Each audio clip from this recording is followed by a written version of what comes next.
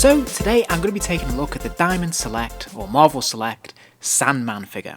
This is of course a general release figure, it's not an exclusive to Disney or one of those stores, and it does have the standard packaging, so big clamshell packaging there, you can see the figure and all the accessories that it comes with, and there's some small artwork there of the character Sandman in the corner.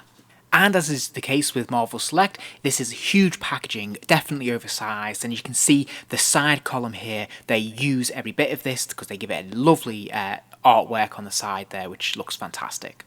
And of course these can be stacked up, so you can put them next to the other characters in the series and store them on a shelf or put them on display, and they look really nice. Finally, the back of the packaging shows the figure in action, some action shots there with the various features, and it also highlights a couple of other figures in this series, in this case Spider-Man and the Green Goblin, and there's a little bit of text there, a bit of a bio of Sandman about the character, which is great. Personally, I'm really pleased that they've decided to add Sandman to their roster. They have produced a lot of Spider-Man villains in recent years. They've done an excellent Rhino, they've done a Green Goblin, Spider-Man of course, a Lizard, a Carnage, Venom, even Electro.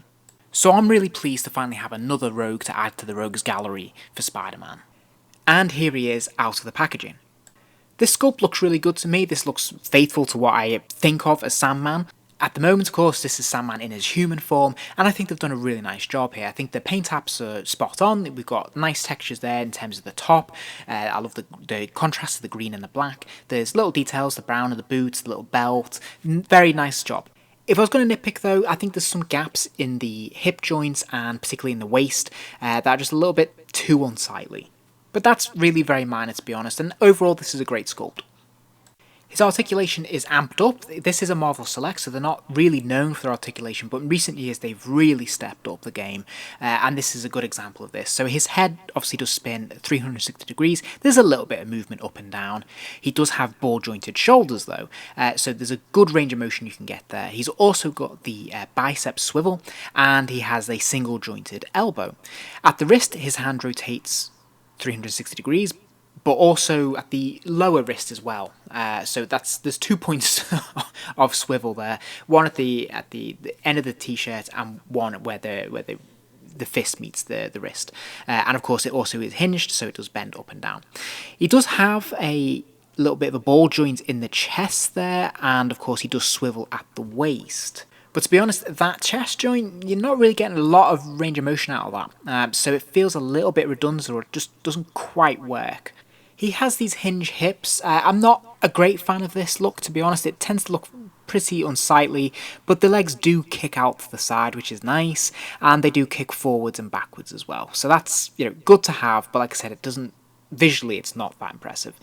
He does have the thigh swivel as well, which is fantastic, and of course he has the double jointed knees. So this is wonderful. This is really, really strong articulation like this. But that's not where it ends, because he does also have articulation in the foot as well.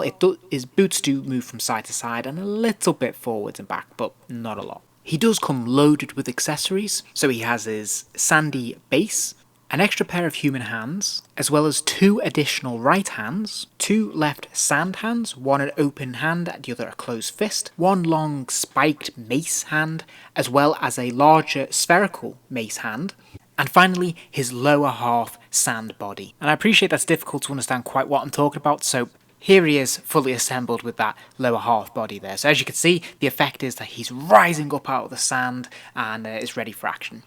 So I think this looks fantastic. I think it's a really, really nice touch. And this is quite a fun, imaginative and creative way to exploit this character and bring this character to life. Taking advantage of the potential for his different shapes and forms that he can make out of sand. And, they're having some fun with it. And I think it really pays off, because I think this looks really good.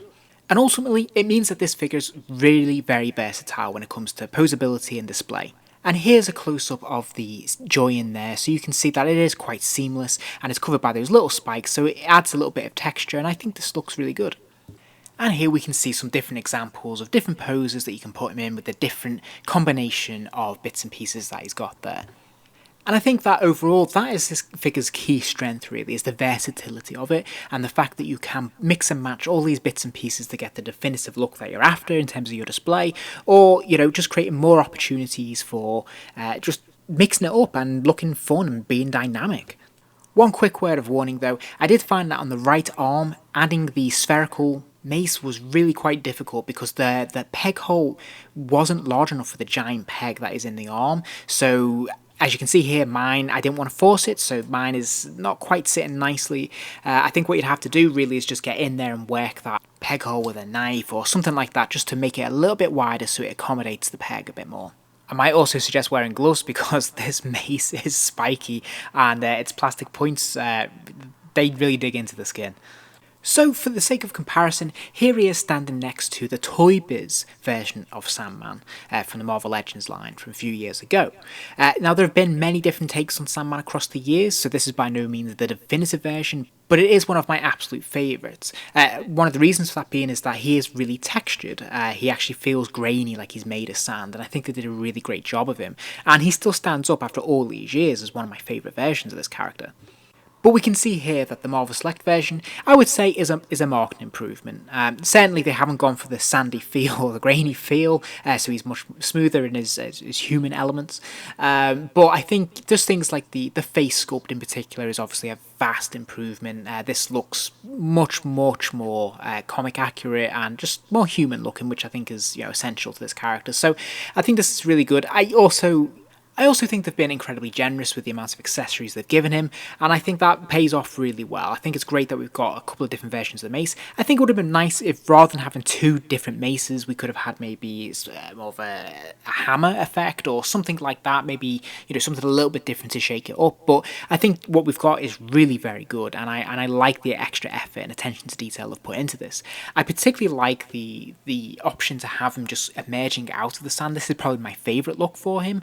But it's great that we're not limited to just that, so we can have him with ordinary legs and just have sand coming out of his arms if we wish. So I think they've covered all bases here. I think the articulation is very strong. I think it's a little bit let down by that unnecessary chest joint there because it doesn't really work. So I think it probably would have been better to just have a solid chest piece there.